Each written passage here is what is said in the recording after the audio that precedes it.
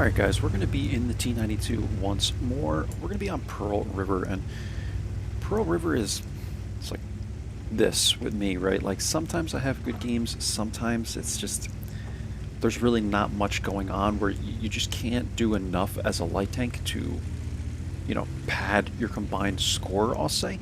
Because with this map, like, I feel like you don't really have to spot that much on this map. You'd think you'd have to, right? Because the map is kind of open. There's a lot going on. There's foliage everywhere, and you're like, oh, there must be bushes and stuff.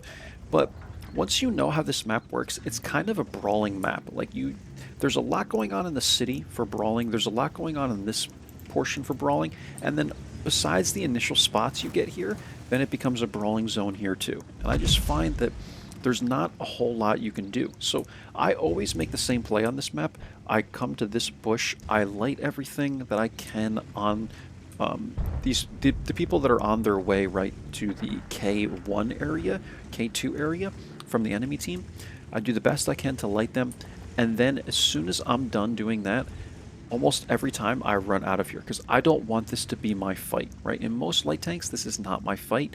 If I'm in like the T54 lightweight, I might try and get creative because on the other side you have this ditch, right?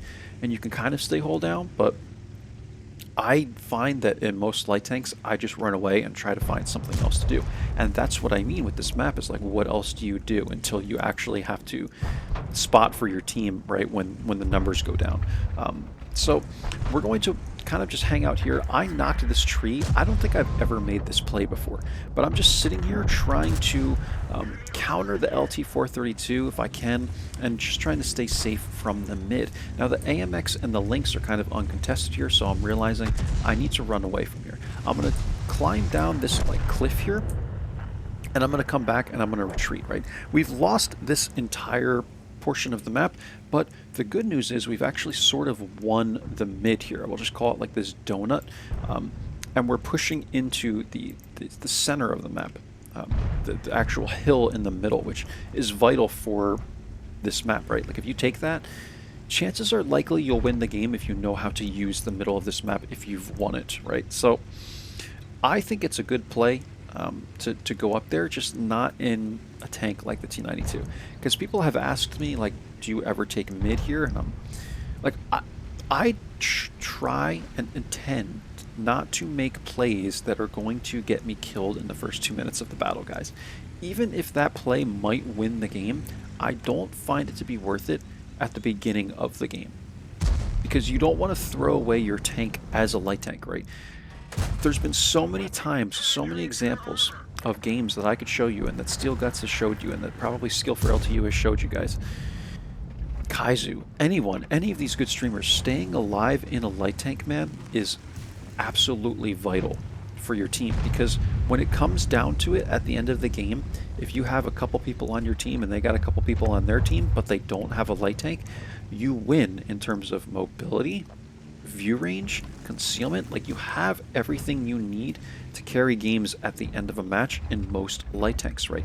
So that's why I always will make plays that are conservative, that are safe, careful, and not aggressive and not risky to the point where I'm going to throw away my tank at the beginning of the game.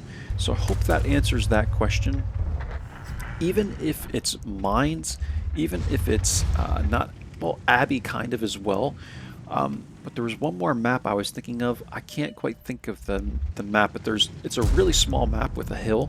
I will go to those hills and I will get initial shots, but that's it. I don't rush the hill.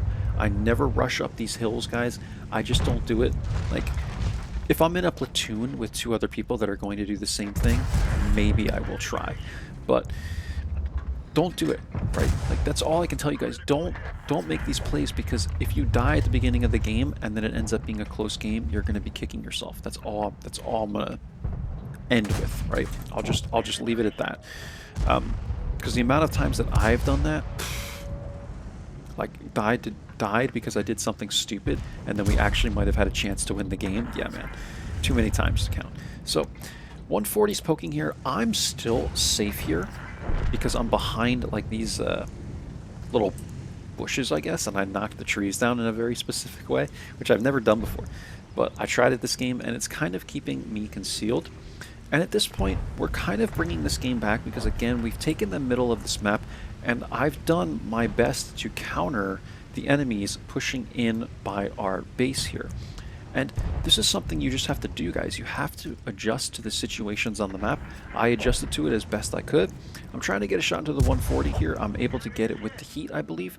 And then what I can do, if you're noticing this, there's a tree right here, right? So I can just knock this tree, and likely I can poke and remain unspotted, hopefully, right? And kind of get the upper hand on the 140 here.